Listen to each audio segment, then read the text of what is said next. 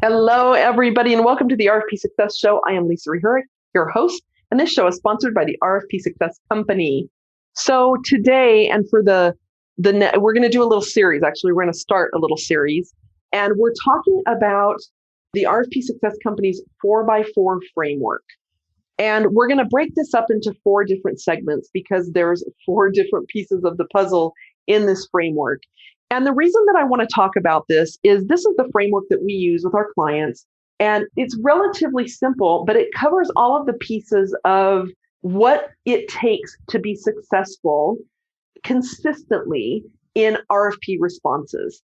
And it was interesting because I had a conversation not too long ago with somebody who said, well, I think that win rates, they don't make sense. They're skewed because, just because a company has a high win rate doesn't mean that they're better than the companies that have a low win rate. It just means that they're only bidding on things that they know they can win.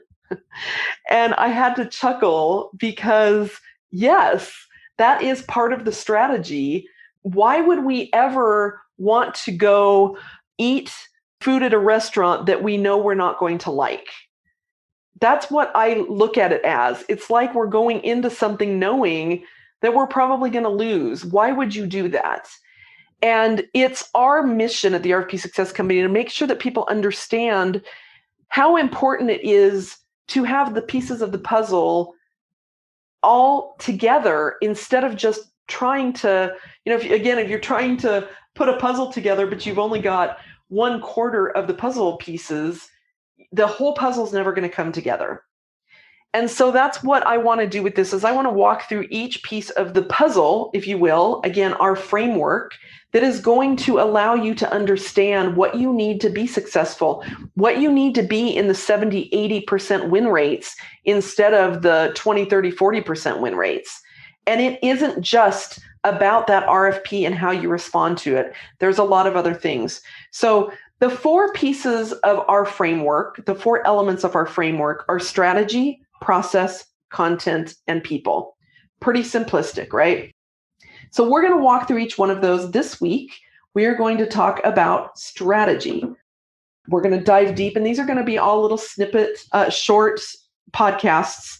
But I'm going to talk through each one of them and all of the pieces of the puzzle that we dig deep into when we're peeling the onion back with a company. So again, strategy, process, content, and people. This week we'll talk about strategy. Next week we'll talk about process. The next one we'll talk about content, and we'll end with people. So let's dive into strategy. So we call this our 4x4 framework. And the reason is because there's 4 key elements: the strategy, process, content, and people. And then there's 4 areas underneath each one of those that are the key elements that need to be in alignment in your company in order for you to have that successful win rate, right? So the first of the 4 areas is your business development strategy. So this is something that should be happening at the company level. You should have a business development strategy that talks about where your sales are going to come from, talks about how you're going to go about that. And RFPs are one sales avenue. Now, there's some companies out there that RFPs are 100% of their revenue.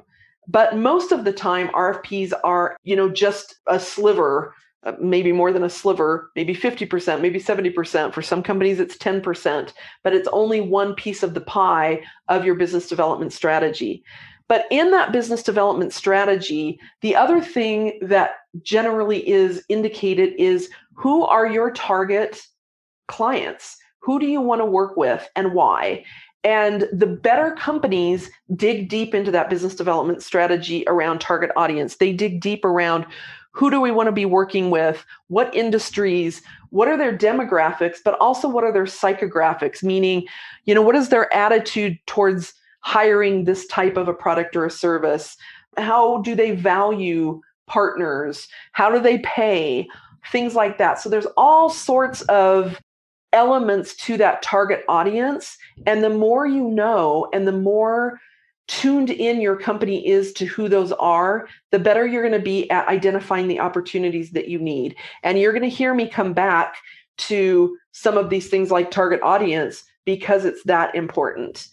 Also, when you know your business development strategy and you have a solid business development strategy, it's much easier then to know what opportunities to go after and which ones to stay far away from. It helps you know who you should or shouldn't partner with, who you should be marketing to and building relationships with.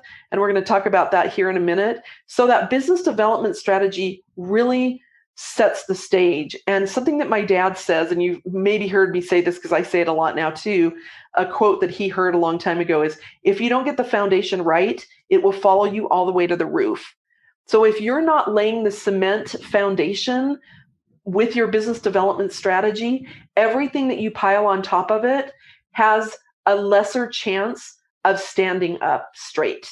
So you want to get that right. And if your company doesn't do one, you better get on board with that because it's hugely important. So you can help influence that if it's not already being done. So that's number one under strategy. There's so much more behind a failed RFP than just lost revenue. Employee engagement decreases with each loss, and a Gallup survey suggests that it costs up to $10,000 in salary per employee with 15% lower profits. If you're ready to increase your win rate consistently and put our winning and repeatable strategies in place, schedule your consultation now at bit.ly/chatrfp. That's bit.ly, bit.ly/chatrfp. Number two is your bid strategy. So a lot of times people think that business development strategy and bid strategy are the same, but they are not at all. Business development strategy, again, is your overarching strategy for the company, whereas your bid strategy is the strategy for an individual RFP that you have on your plate right now. Every single RFP that you respond to should have a different strategy associated with it, because that client has different challenges and different wants and needs and wishes. You're going to have different competitors likely on different opportunities. So you really need to understand your bid strategy. And what your bid strategy looks like is, what value are you going to bring to this client? What solution are you going to propose? Now, they're going to tell you what solution they want. They're going to tell you what they think they want. But your job is also to make sure that you're giving them what they need.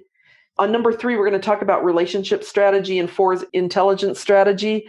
There's a lot of information that you need to have going into this. You can't bid cold and have any semblance of a bid strategy. So if you're bidding cold, please know that your chance of winning is under 5%. It's probably under 2%. Doesn't mean it can't happen. There are extenuating circumstances. Sometimes they don't have relationships built with anybody for this particular type of a project. And so everybody's on equal footing there, but you probably don't know that going in. So you really need to make sure that you understand the client in order to understand what value you're going to bring, what solution you're going to provide, what is your theme of your proposal, meaning what do you really want them to know, that if that's the one thing that they walk away and they associate with your company, what is that theme? What is your competitive advantage? Who will your competitors be? And what is your competitive advantage? What are the elephants in the room that you need to address? You know, those differentiators and distinguishers are very important, and they change. This is also something that a lot of companies don't pay attention to. The fact that your differentiators will change from bid to bid. So all of that is part of your bid strategy, and that needs to be set early on in order for your writing team to write the best that they can write towards the solution. So that bid strategy, very important. Number 2, bid strategy. So we've talked number 1, business development strategy. Number 2, bid strategy. Number 3 is relationship strategy. And relationship strategy is all about being proactive. So you can't go build your relationships with people if you don't know who your target audience is. So now we're already going back to number 1 on this foundation to say, okay, who do we need to be going after? It is not a successful culture to just sit back and wait for those RFPs to come to you. You have to be building those relationships. And I would say, you know, a good 50 to 60% of companies that call us, they haven't done any of this, and they're just trying to bid on something that came across their desk because they can. Just because you can does not mean you should. So You need to be proactive in your relationship strategy. When you're identifying those targets in the business development strategy, now you know, okay, these are the kind of companies we want to go after or government entities we want to go after. So let's go build a relationship game plan. And let's have a relationship strategy so that we lay out how we're going to go meet these people and nurture those relationships. And then last but not least is intelligence strategy. And what I mean by that is really researching your targets. It's kind of a subset of relationship strategy, right? You're going to go out and build these relationships, but also making sure that you have intelligence around your competitors, intelligence around, particularly if you're in the government side of things, bidding on government contracts, on contract lengths and who incumbents are if this is an existing contract out there, all of that kind of stuff. Somebody's got to be owning that function in your organization, because all of that information really lends itself to making sure that you can have the right bid strategy. So you can see already how all of this builds on top of each other, and we're only in the first element of our framework. So again, business development strategy, bid strategy, relationship strategy, and intelligence strategy.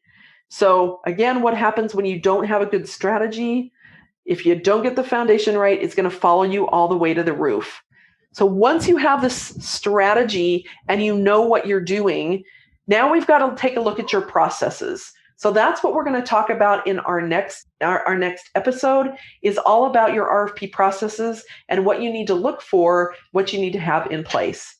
So thanks for being here. Thanks for listening. Again, you've been listening to the RFP Success Show with me, your host, Lisa Rehurek, and we'll see you here next time. This has been another episode of the RFP Success Show with Lisa Rehurek, 8-time author, speaker, and CEO of the RFP Success Company. Thank you for joining us. If you have feedback on today's episode, email us at podcast@rfpsuccess.com. No matter your business size, industry, if you have an in-house RFP team, or need outside support, the RFP Success Company helps increase RFP win ratios by 10, 20, and even 50%. Learn more at the rfpsuccesscompany.com.